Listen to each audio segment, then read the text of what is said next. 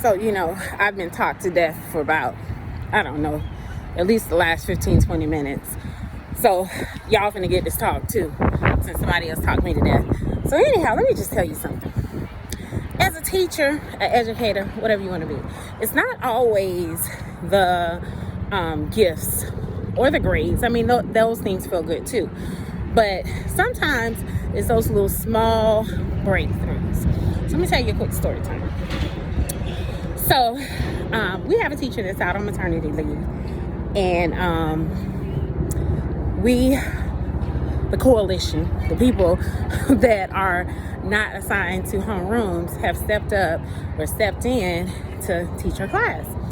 And so sometimes educators, y'all know, it's like a bidding war. Like, I don't want that class because that student. I don't want that class because that student. So I'm going to be fully transparent and tell you that the class that I got wasn't the class that I wanted, right? Or the class I thought I wanted, because now I'm absolutely in love with them. And it was because of this one student. I just didn't want to be bothered with the kid. I'm just being transparent, okay? So parents, y'all had those moments too. So I didn't want to be bothered with the kid not because they were academically low, but just because their disposition, their attitude was just beyond disrespectful. In fact, me and the kid had an encounter a couple days prior to me taking over the class. So when I went in to the classroom, I went in just giving my expectations or whatever. And so I had, naturally prayed before going in there because, like I said, I didn't want to teach this student. So when I went in, the student, I talked to her and I was like, listen, it's going to be me for the next however many weeks. If you are not happy with me being here, then you might want to request, they really can request, but anyway, request to be moved, because in this room, there are rules and there are expectations.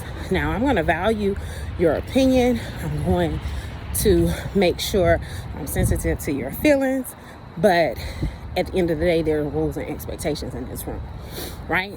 So I left it at that, went on and started teaching.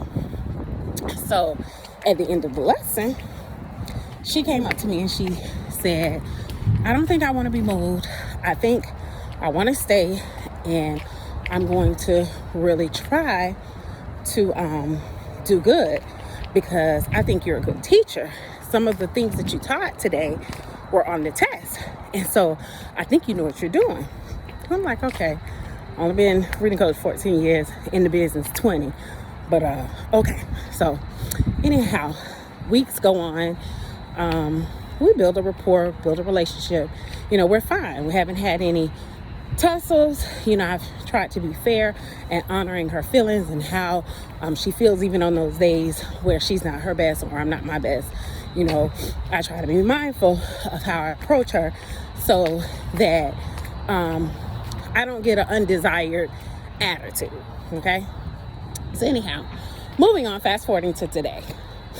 I'm coming from doing my walk, and I'm doing 2 laps today because Samara was talking to me for too long. But anyway, come from doing my little walk, and she runs up to me, and she looks, and she gives me a hug.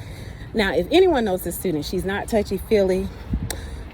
She is not always positive, but she's she. Okay, she's her.